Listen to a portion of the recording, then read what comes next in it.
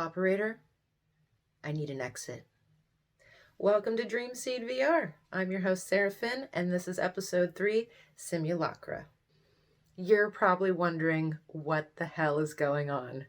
Where did this BDSM clown come from, and what the hell does that have to do with anything cyberpunk? If you're familiar with that little movie called The Matrix from 1999, you might be surprised to learn that most of the inspiration from it unofficially comes from a graphic novel called The Invisibles by Grant Morrison that came out in the late 80s and the early 90s. It's incredible. And those who have read it undeniably confirm that many, many of the inspirations from The Matrix come from this gem. This outfit you're looking at happens to be the character that inspired Trinity. Her name is Ragged Robin. Ragged Robin is a time-traveling witch from the future who uses virtual reality and deciphers alien languages to help write the Invisibles metaphysically. But yeah, spoiler alert, she's from the future. Spoiler alert, she uses VR. Spoiler alert, she's really cool. If you have clown fears, my apologies. If you have clown fetishes, you're welcome. More spoilers. Look, she's in her VR time-traveling suit.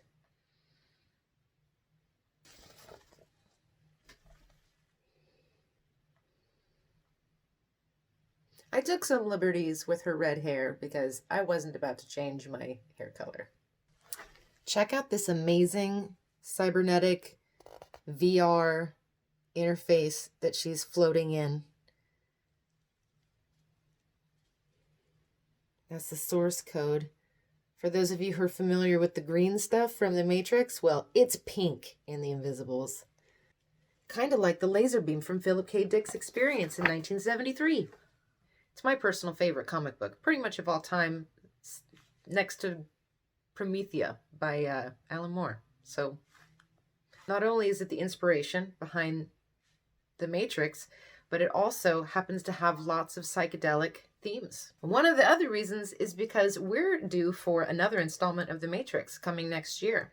It's really exciting. Lana Wachowski has reprised her role as director for this 4th installment, and as of last week or so, Keanu Reeves was spotted in Alameda, California doing shooting for it, so we're going to get to see San Francisco in the background, no doubt.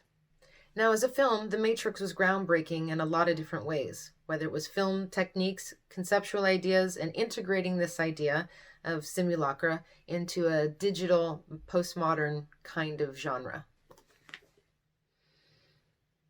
Can you tell I'm excited? This week on Dreamseed VR, I'm going to cover a particularly interesting theory with you that definitely has had an impact on the modern world that you enjoy. Claude Shannon was a cryptographer, mathematician, and electrical engineer in 1948 when he founded the information theory with his groundbreaking paper, The Mathematical Theory of Communication.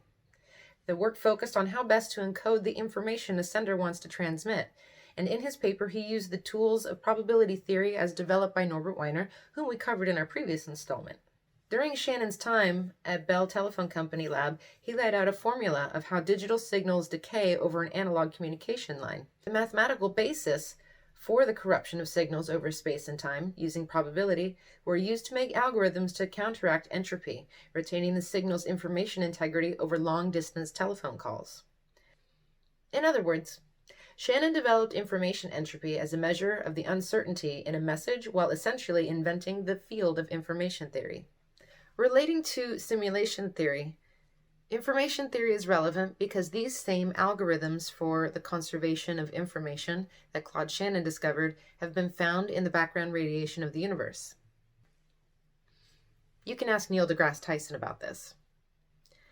Now, while many people think that this might be an indicator that our world itself might be a simulation, it also could just be that Claude Shannon was a brilliant motherfucker and he knew how to sort of hack the mathematics of reality in a way to counteract entropy in the real world. So sort of like biomimicry, but mathematical mimicry of physics.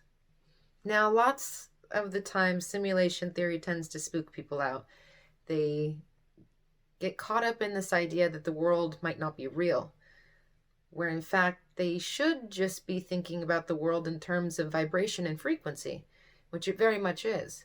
And the world is made of information on that level. It doesn't mean that reality isn't authentic or real. It just means that as human beings, the more we delve into mathematics and physics, the more we understand the way it's structured and can influence that structure. Don't be scared the world isn't real. This week in Dreamseed VR news, Elon Musk announces Tesla cars might soon begin speaking to us. Kit better watch out. Also in news regarding SpaceX, SpaceX plans to launch 60 Starlink satellites every 2 weeks to create a functional global internet service by the end of the year. Users would connect to Starlink using what Musk described as a device that looks like a UFO on a stick and only needs to be plugged in and pointed skyward. Scientists have created what they claim are the first ever living robots, an entirely new life form created out of living cells. A team of researchers have taken cells from frog embryos and turned them into a machine that can be programmed to work as they wish. It's the first time that humanity has been able to create completely biological machines from the ground up, the team behind the discovery write in their new paper. These are novel living machines, says Joshua Bongard, the University of Vermont expert who co-led the research. They're neither a traditional robot nor a known species of animal. It's a new class of artifact, a living, programmable organism. We can imagine many useful applications of these living robots and other machines can't do, like searching out nasty compounds or radioactive contamination, gathering microplastic in the oceans, traveling in arteries to scrape out plaque, said co-leader Michael Levin, who directs the Center of Regenerative and Developmental Biology at Tufts University, where the xenobots were actually created. NextMind is a Paris-based computer interface company, and at CES this week they debuted their $400 neural interface dev kit, which they plan to release to developers. In the first half of 2020, NextMind's interface will be available as a non-invasive electroencephalogram, an EEG, which measuring the voltage fluctuations of neurons from outside the skull. EEGs have been used in medicine for years. Back in 2014, I tried another kind of EEG device connected to a computer to participate in meditation exercises. And let me tell you, it was cool. No plugs needed. In art news, we have a new festival coming out in April from the creators of Wasteland called Neotropolis. It's an immersive cyberpunk and sci-fi desert festival happening on April 23rd to the 26th in 2020. You can check out the festival and get tickets at neotropolis.com. Also in art news, this Saturday in Wave VR, DJ Illuminati is going to be hosting a really cool virtual reality rave. So if you're into electronic music and have a compatible headset, this Saturday head over to Wave VR. Akira director Katsushiro Otomo announces a sequel and TV series as well as a new film. During this year's Los Angeles Anime Expo, the Akira creator announced not one but two new projects in the pipeline. And that's not even mentioning the live-action Akira remake that's arriving in 2021. In VR news, Kinematic Studios wins Best New Dance Game for their recent title, Audio Trip. Congratulations! Also related to VR, Job Simulator goes platinum. In psychedelic news, LSD microdosing for Alzheimer's disease proves safe in early human trials and moves on to the next stage. And covering some news that came out in July last year, for the first time a team led by Michigan Medicine has discovered the widespread presence of a naturally occurring DMT in mammalian brains. The finding is the first step towards studying DMT and finding out its role within the brains of humans. DMT is the compound in the Amazonian shamanic brew ayahuasca, popularized by the research of Rick Strassman in the 90s and featured in his book The Spirit Molecule. The long name for DMT is dimethyltryptamine, and it's the most powerful endogenously occurring psychedelic. That means the human brain produces it, obviously, from this study. Although research in 2013 confirmed its presence in the brain, these new studies seek to understand where it's synthesized. They found brain neurons with the two enzymes required to make DMT, and they were not just in the pineal gland. They were also found in other parts of the brain, including the neocortex and the hippocampus, that are important for higher order brain functions, including learning and memory.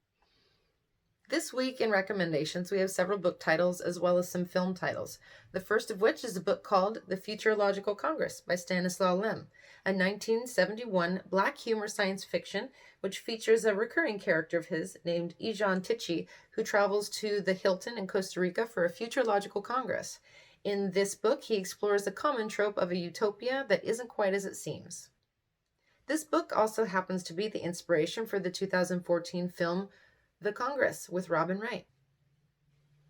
We also have The Metamorphosis of Prime Intellect by Roger Williams. It was written in 1994 and initially was an underground internet cult classic.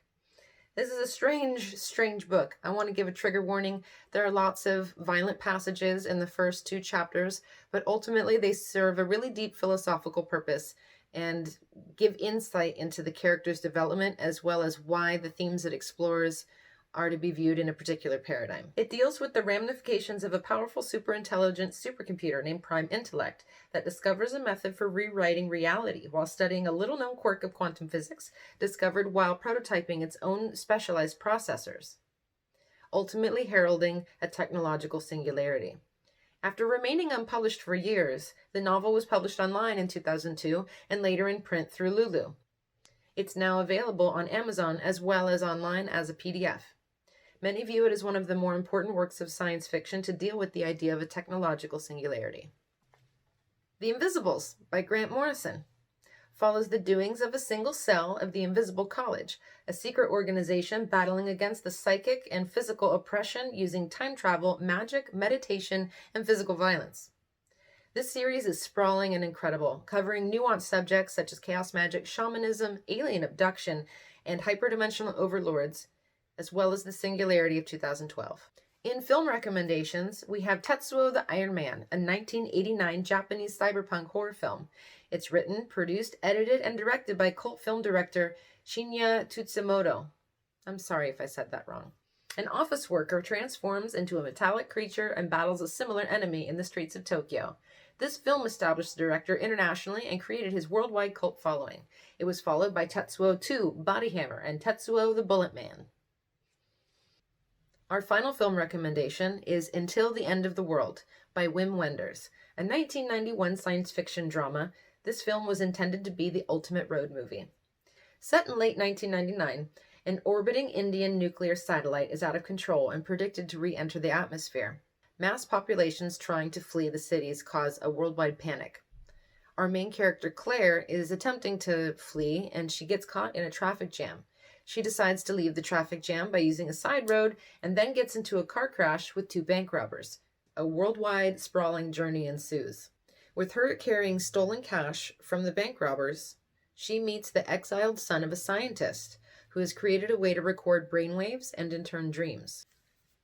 Deep, artful, beautiful, and strange, this movie feels like a gem lost in time. It's available on Amazon as well as DVD and Blu-ray. It's also a personal favorite of mine. It watches like a strange cyberpunk art house film. Plus, it's got William Hurt and Sam Neill. Since you're one of the dedicated viewers who made it to the end of this weird episode, I have a secret to tell you. So most people who are familiar with The Matrix remember that iconic song from the scene where Neo and Morpheus are in a simulation testing out his resilience for agents and the various forms they come in. A beautiful woman in a red dress walks by Neo, and Morpheus asks, "Are you paying attention, or were you looking at the woman in the red dress?" The song during that scene is called Clubbed to Death by Rob D., also known as Rob Dugan. What most people don't know is that there's actually a Clubbed to Death Part 2, and it's just as incredible as the first song. Clubbed to Death 2 is easily one of my favorite songs of all time, and most people have never heard of it. Even diehard fans of the Matrix soundtrack have no idea. So do yourself a favor, go check out Rob Dugan's work. He's not only an incredible composer, but he's also a very talented singer, and his album Furious Angels is beautiful. His voice is deep and really emotional and just gorgeous, and his lyrics are really compelling too. And for those who might not be familiar with his work, many of his tracks from Furious Angels were featured on the second Matrix soundtrack, Matrix Reloaded. I don't know about you, but I cannot wait to see what songs they feature on the fourth Matrix soundtrack and which artists they bring on board for the project. Thanks again for sticking it out in this video, and we'll see you next time.